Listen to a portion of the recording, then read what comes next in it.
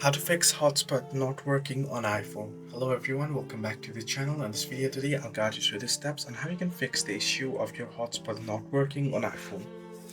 Well, if your iPhone hotspot isn't working, you can try restarting both your phone and the device you are trying to connect. You want to ensure allow others to join is enabled and check your Wi-Fi password and signal strength.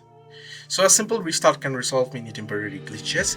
If it doesn't fix the issue, you wanna head into settings. Under settings, you wanna head into personal hotspot here, and you wanna ensure that you allow others to join is enabled.